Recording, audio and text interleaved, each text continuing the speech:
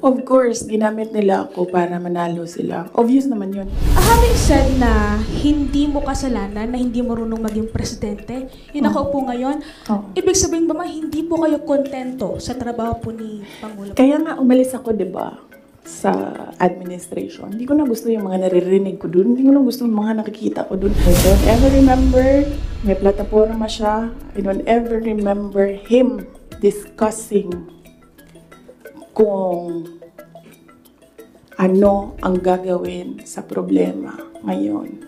Kung presidente niyo siya, okay lang. Ako, hanggang vice president lang ako. Hanggang number 2 lang itong bansa na ito, wala itong number 1. Pero isang beses sinabihan ko talaga si Senator Amy. Sabi ko sa kanya, kung hindi kayo tumigil, huhukayin ko yung tatay ninyo.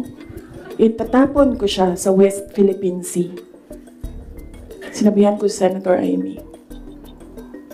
One of these days, pupunta ako dun, kukunin ko yung katawan ng tatay nyo, tapon ko yan dun sa West Philippine Sea.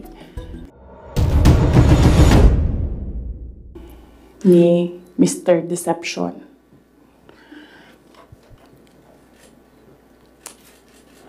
Sabi ko sa kanya, 2 lang.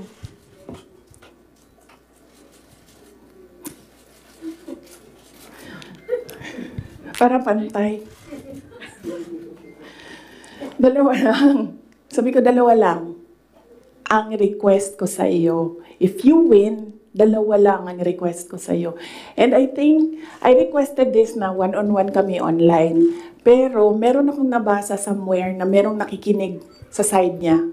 Kasi nag-post yung taong yon. Pero yun yung request ko at the time. Kami lang 2. Sabi ko sa kanya, pag nanalo ka, 2 ang hingin ko sa'yo. Unang-una, yung trabaho ko. I want to work sa security sector. Kasi there will never be development kung hindi solid ang security backbone mo. Hindi ko sinabi sa kanya yan. Pero tinanong niya ako, bakit Department of National Defense? Sabi ko sa kanya, kasi karamihan naman ng problema ng insurgency, ng terrorism, nandyan yan sa Mindanao. Kinalakihan ko yan, naiintindihan ko siya. In fact, nung bumaba ako, insurgency-free na ang Davao City. So, naiintindihan ko siya. Yan yung gusto ko na trabaho. He said, readily, he said yes.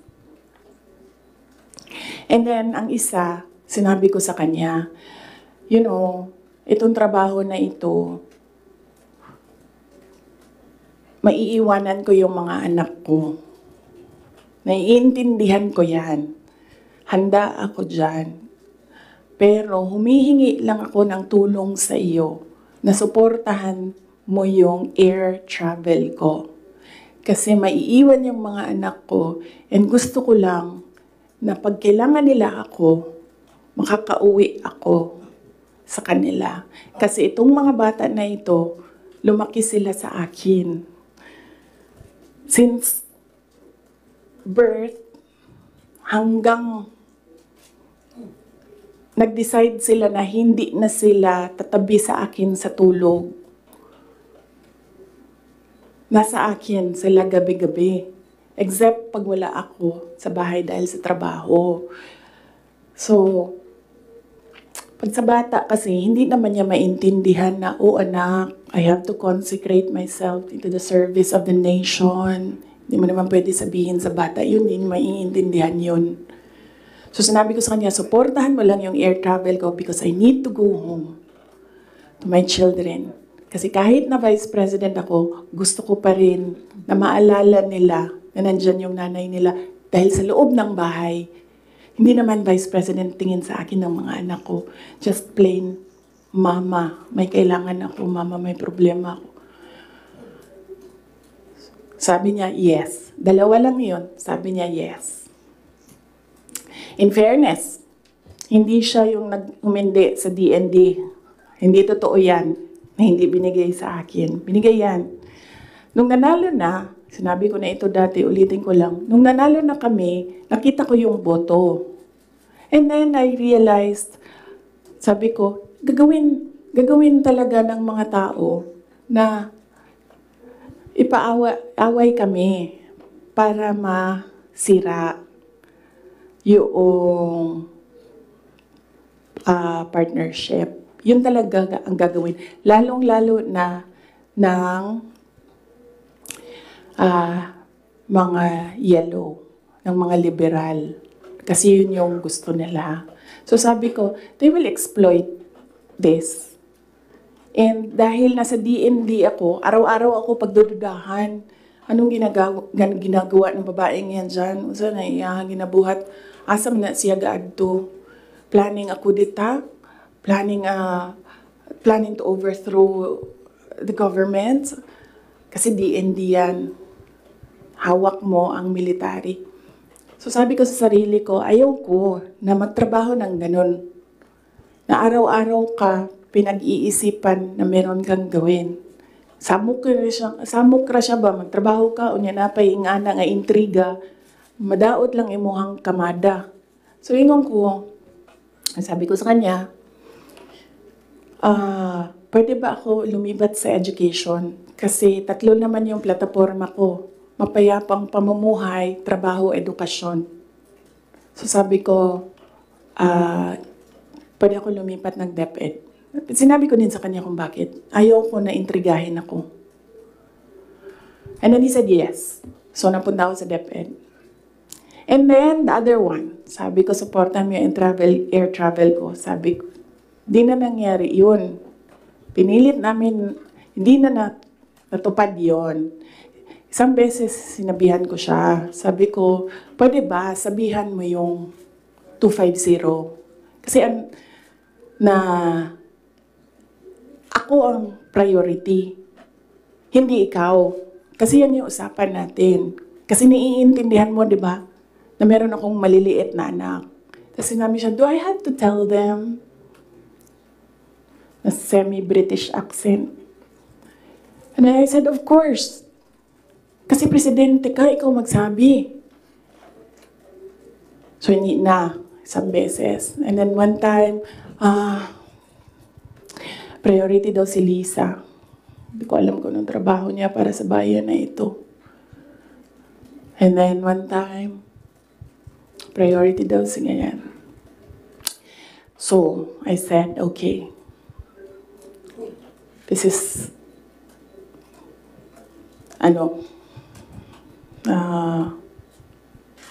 some form of insincerity. Okay, wala naman problema yan. Maliit na bagay lang yan kasi akin. Problema ko lang naman yan. Di man yung problema ng bayan. Problema ba ng bayan? Paano ako babiyahe? Di naman. So, maliit na bagay.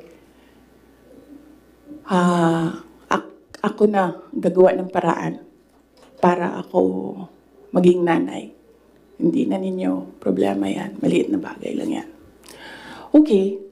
So, that was that. That was personal sa aming dalawa. And then, dito na tayo sa DepEd. Alam niyo na yon, diba? Sinabi ko na sa inyo ang budget ng DepEd. Question? Yes, ma'am. You said for around 11:14 a.m. Hindi ko kasalanan na we're in this road to hell. Hindi ko kasalanan na hindi marunong. You did not finish your sentence, sir, ma'am. Can you elaborate po? Hindi marunong maging presidente ang nakaupo. Kasalanan ko ba yun? Hindi. Ba't sinasabi ng mga tao, kasalanan mo kasi hindi ka tumakbo, ikaw sana yung presidente, hindi siya. But then I said, maaga ako nagsabi na hindi ako tatakbo for president. May madaming mga negative doon sa listahan. Okay. So, yes, sir. Yes. Sir, tapos ka na. Balikan kita. Ikaw muna, sir. Hanggang anong oras ito, JC? It's up to you, ma'am. To you.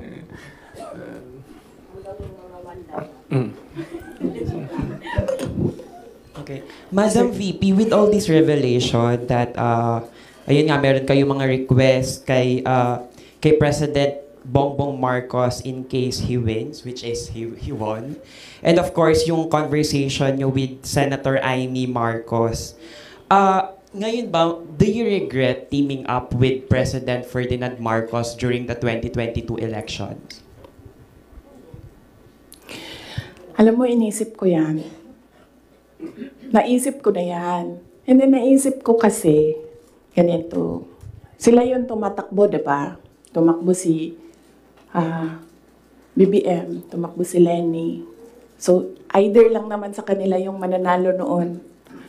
Tapos mayor ako ngayon. Imagine natin, parallel world na either sa kanila ang president and then ako ang mayor. So I'm sure, lahat ng mga nakapalibot sa kanila, magtitingin pa rin sila sa akin doon sa Davao City. Hahabulin pa rin nila ako doon sa Davao City because tinitingnan nila. Yung mga nakapalibot sa kanila, wala na yan silang pakialam kasi president na sila, di ba? Pero yung mga nakapalibot sa kanila, may pakialam. Kasi sila yung tumitingin ng future. Sila yung tumitingin ng 2028. And then, meron akong realization yan because ang nagsabi sa akin yan, si former Senate President Manny Villar. Sabi niya, wala kang kawala dyan. Saan ka man magtago, saan ka man pumunta, hahabulin ka nila kasi tinitingnan nila ang 2028. So, I don't regret running for Vice President. Kasi imagine nyo, kung mayor ako, tapos hinahabol nila ako ngayon. Diba? Napakadali nila ako i-suspend. Napakadali nila ako kasuhan. Napakadali nila ako tanggalin sa pwesto as mayor. Ngayon, hindi nila ako matanggal.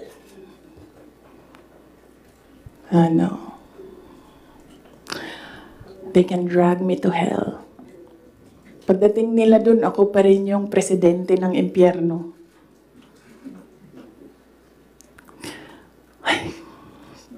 Yes. Jason? Yes. Pahiram ako ng ballpen, lagyan ko lang ng note kung saan ako nag-stop kasi para alam natin saan tayo mag-start. Mamaya. Kung sinabi niyo po na hindi kayo nagsisi na tumakbo kayo for Vice President, pero nagsisi po ba kayo na nakipag-tandem kayo kay President Bongbong Marcos? Hindi man ako ni-request ni VP Lenny na tumakbong Vice President niya. No, hindi ko pinagsisihan yung pagtakbo ko as Vice President. And hindi ko din pinagsisihan na nakipag-tandem ako sa kanya. I'm sure merong rason ang Diyos kung bakit ako nilagay dito sa upuan na ito sa ilalim ng seal na yan. Para rin siguro sa kanya, para kay BBM or para sa bayan, hindi ko alam kung anong rason ng Diyos. Sometimes, or all the time, hindi natin nakikita ang rason ng Diyos. Nakukonect na lang natin siya kapag meron ng ibang nangyari sa buhay natin. Siguro, yun yung rason para ganito, gawin ko, bullshitin ko sila ng bullshitin. Bullshit kayong lahat. Drag me to hell. Sorry sila muna ha, kasi hindi pa sila nakatanong. Ma'am, Mark Makalalad. good morning, Super General. VP. Since wala po yung intention to run for Vice President from the very beginning, can we say na napilitan ba talaga kayo and without yung call ni Senator Amy, masasabi nyo ba na nagamit lang kayo para lang manalo si President Bongbong Marcos sa pagkapangulo? Napilitan, hindi. Very rational yung decision making ko sa pagtakbo as Vice President. Sinabi ko kanina. Ganon din ginawa ko. Nilista ko yung positive, nilista ko yung negative. Nandun yung positive, sinabihan ko yung pamilya ko. Tell me the negatives. So, ano yung isang tanong? Nagamit. Yes. Clear naman yun. Tinanong ko, bakit ako? And then she said, matatalo kami ni Lenny kung hindi mo dalhon ang mga Bisaya. Kaya nagbigay ako ng options.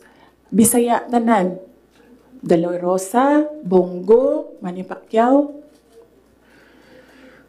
And then she said na hindi kakayanin. Except for Manny Pacquiao, hindi naman siya nagsabi na hindi kakayanin. Ang sinabi lang niya, nag-refuse si Senator Manny Pacquiao. So, of course, ginamit nila ako para manalo sila. Obvious naman yun. Gusto niyo makita yung survey? Hindi ko siya dala. Pero next time dalhin ko and then pwede kayo tumingin pero hindi kayo pwede magpicture. Ma'am, yes, ma'am. Joel, DWIZ. Yes. Ma'am, good morning. Ayong buntag, ma'am. So, tanaw ni mo, ma'am, sa tingin mo, ma'am, dapat tumakbo na lang po kayong presidente? Hindi din. Kung papabalikin ako, tatakbo kang Vice President. Lagay ko dyan. Drag me to hell. Ma'am Marlene po from Radyo sa Estranta. Here po, ma'am. Yes, ma'am. Ma'am, having said na hindi mo kasalanan na hindi marunong maging presidente, yung nakaupo ngayon, ibig sabihin ba ma'am, hindi po kayo kontento sa trabaho po ni Pangulo? Kaya nga umalis ako, di ba, sa administration. Hindi ko na gusto yung mga naririnig ko dun. Hindi ko na gusto yung mga nakikita ko dun. Kayo, kung gusto nyo ng pera, natatakot kayo, kayo lang. Huwag niyo na ako isali. The reason why, noong 2016, ito, sidebar na lang ito, hindi ito kasali, lalo tayong tatagal nito. Huwag na yan. Sige. Ano, o hindi. Hindi ko na gusto. Kung presidente niyo siya, okay lang. Ako, hanggang vice president lang ako. Hanggang number 2 lang itong bansa na ito. Wala itong number 1 para sa akin. Yes. Bea, Mamboracho. Yes po. Hi ma'am, kanina po kasi sinabi nyo na, ma'am here. Yes. Kanina po kasi ma'am sinabi nyo po na hindi ka naman po inask ni VP Lenny para maging vice president niya. Did you somehow wish na sana inask ka na lang po niya na maging vice president niya to run alongside her? Hindi, ma'am. Uy, ginuukok og nidaog si Lenny. Gukdon, manggihapon na nila si PRD, di ba? Mag-ICC, gihapon na. Ay, samot na. Si Trillanes o si Lenny, magkauban man na sila. So kung presidente si Lenny, ilahag hapon ng ICC. Alam niyo ba bakit hindi umuusad yung ICC? Kwento ko sa inyo next time. Masyado na kayong madaming material. Pwede natin i-cut ito. Red Mendoza. Ma'am, sorry po ma'am. Ma'am, may hanging question ako sa inyo the last time kasi ito yung tungkol dun, yun nga, you're referring nga yung tungkol doon sa tandem ninyo with the President, BBM. And do you think po ba may regret po ba din kayo? Kasi yung mga supporters ninyo were forced to vote for the President as tandem. Yun nga yung sinasabi ko before na kasi may mga supporters din si President Marcos sinasabi na budol din sila sa inyo. Budol ako? Oo, nabudol din daw kayo sa... Nabudol din sila sa inyo. Parang gano'n sinasabi ng mga loyalista ni BBM na bumoto sa inyo as tandem. So, pwede na po ba masagot yun, ma'am? Kung sa tingin niyo po ba bumaba yung pagbaba ng inyong suporta sa mga loyalista ni BBM ay enough po ba sa iyo na or does it matter po ba na bumaba yung suporta ng mga loyalista ni BBM sa inyo? Hindi ko alam kung ano yung nire-refer nila na nabudol ko sila. Hiningi nila sa akin yung kampanya ko, binigay ko sa kanila, nanalo sila. So, saan doon ang budol? Nung tumulong ako sa administration, ang DepEd was what? Top 3? The morale of the teachers were so high na they were happy maghirap na magturo, rain or shine, doon sa mga classrooms. So, saan doon ang budol? Sa akin ba yon kung number 3 ang DepEd? Ako ba ang presidente? Hindi. Sa kanya yon. Cabinet member lang ako. Diba? Accomplishments ng DepEd. Sa akin ba yon? Hindi. Sa bayan yon. Accomplishment yun ng president. So, budol. Ms. Aracel Garcia, Fuji TV. Hi, good Yes. no. Yeah. During the time of your dad as president, he was not also having good terms with the Vice President Lenny, and now apparently parang naging naging president yon on this administration as well. How do you feel about that? And my follow-up question would be, are you looking into running on 2028 as president? Okay. So, si PRD, in all fairness to the person, hindi yun nanggigipit ng tao. Hindi niya ginipit si Lenny Robredo. Tinanong ko, bakit 700 lang yung budget ninyo at the time? Kasi 700 lang talaga ang pinropose. Hindi natin alam anong rason. Yan yung sinabi ko doon sa budget hearing. Hindi siya nanggigipit. Sinuspend ba ni PRD o tinanggal sa pwesto mga politiko na kaibigan ni Lenny? Lahat ng mga tumatanggap sa kanya doon sa iba't ibang lugar, na-suspend ba yun? Nawalan ba ng budget? Wala naman. I don't remember anyone ever complaining na naalis sila sa pwesto kasi kaibigan nila si Lenny Robredo. Wala. So, hindi yan siya mahilig manggipit ng kalaban. Kung maalala niyo, kalaban niya sa politika, hindi sa personal na buhay. Sa politika, si Speaker Nograles, never yon nagipit sa Davao City. Si Trillanes, yan, mortal enemy niya si PRD. Si PRD thinks nothing of him. Pero, ginipit ba yun? Wala. Diba? Kita nga natin siya kung saan-saan. Kita nga siya sa kasamang Lance Mego, Diba? Newswatch Plus. Good morning, ma'am. Hello. Good morning. Yes, sir. Good morning po. So, since we're on the topic of the 2022 elections, recently po kasi nagkita si Pangulong Bongbong Marcos at si Vice President Robredo sa isang event sa Sorsogon. And may sinabi po si Pangulong Marcos na this may be a step for political reconciliation. How do you feel about this meeting and that statement? Wait lang ha. And the 2028 question, ma'am. Oo.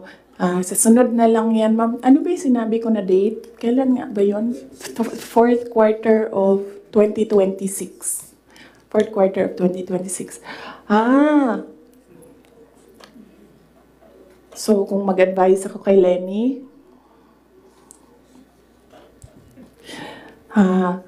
Ma'am Lenny, manood ka ng aking sit down.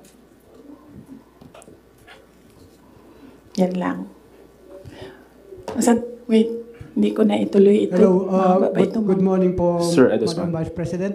Ang papa niyo po ang naggawa ng desisyon against all Filipinos na may libing si Marcos Sr. sa libigan ng mga bayani. Ano na po ang nangyari ngayon? Nakalimutan na po ba ng nakaupo ngayon? Maraming salamat po. Hindi ko alam. Pero isang beses sinabihan ko talaga si Senator Amy. Sabi ko sa kanya, kung hindi kayo tumigil, huhukayin ko yung tatay ninyo. Itatapon ko siya sa West Philippine Sea. Sinabihan ko si Senator Amy. One of these days, pupunta ako dun, kukunin ko yung katawan ng tatay nyo. Tapon ko yan dun sa West Philippine Sea.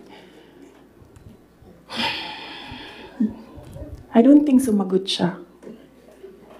Hindi ko maalala. Nandun pa yun sa group chat. Merong mga nakakita. May ibang tao. Pero Senator Amy naman, kilala niyo naman siya, di ba? Diretso yun magsalita. Hindi din yan, hindi siya, she's I believe, a sincere person. Saan na tayo? Yes, sir. Can you substantiate your claim na hindi marunong maging presidente? Presidente na nakaupo ngayon. And you mentioned na hindi mo na gusto yung mga nakikita at naririnig when you were there. And second question mo, I'm genuinely curious because you had a long narration of what transpired from 2021 until 2022. And there was a lot of negotiating and there was a lot of political discussions on who to run, who will step down. But I'm genuinely curious, ma'am, where's the public in all of these discussions?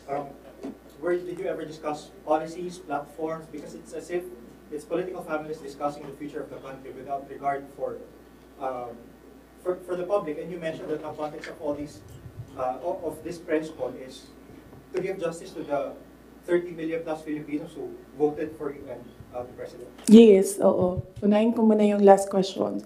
Last question was, hindi ko alam sa kanila. I mean, you should ask the president kung ano yung platform niya. Pero very clear yung platform ko. It was continuity of build, build, build. It was mapayapang pamumuhay, edukasyon, at trabaho. Very clear. And when I won, it was still mapayapang pamumuhay and trabaho and edukasyon, all related to security.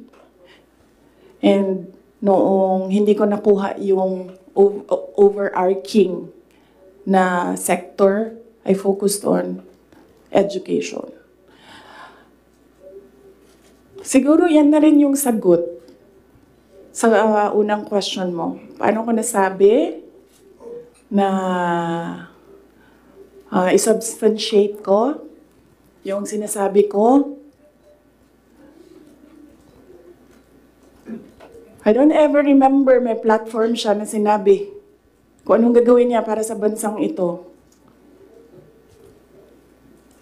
Di niya sinabi ano ang gagawin natin sa food security. Wala siyang sinabi kung anong gagawin natin sa inflation na darating. Kasi alam naman natin na at the time na darating yun eh. Kasi nakikita na, na-forecast na siya. So, yan yung pagsasubstantiate ko sa sinabi mo.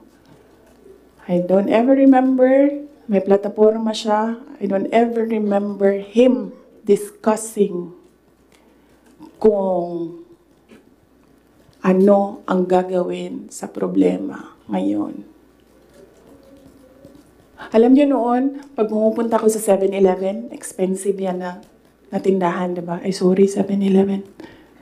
Pero yes, expensive sila. Kasi, ano sila, go-to. Mabilis ka makabili, nandun yung kailangan mo. 1,500 ko noon. Bili na ako ng corned beef, bili na ako ng tinapay, bili na ako ng kung ano-ano. Ngayon, ang 1,500 ko, tsokolate na lang ang mabili ko. Tsaka ice cream. Wala na ang corned beef, wala na ang tinapay. So, Kung sa conversation yes. that Senator Marcos happened, yung sinabi mo na itatapon yung Just a very quick follow-up. When did the conversation happen between you and Senator Amy na you mentioned natatapon Hindi niyo? kasi conversation yun eh. Group chat yun.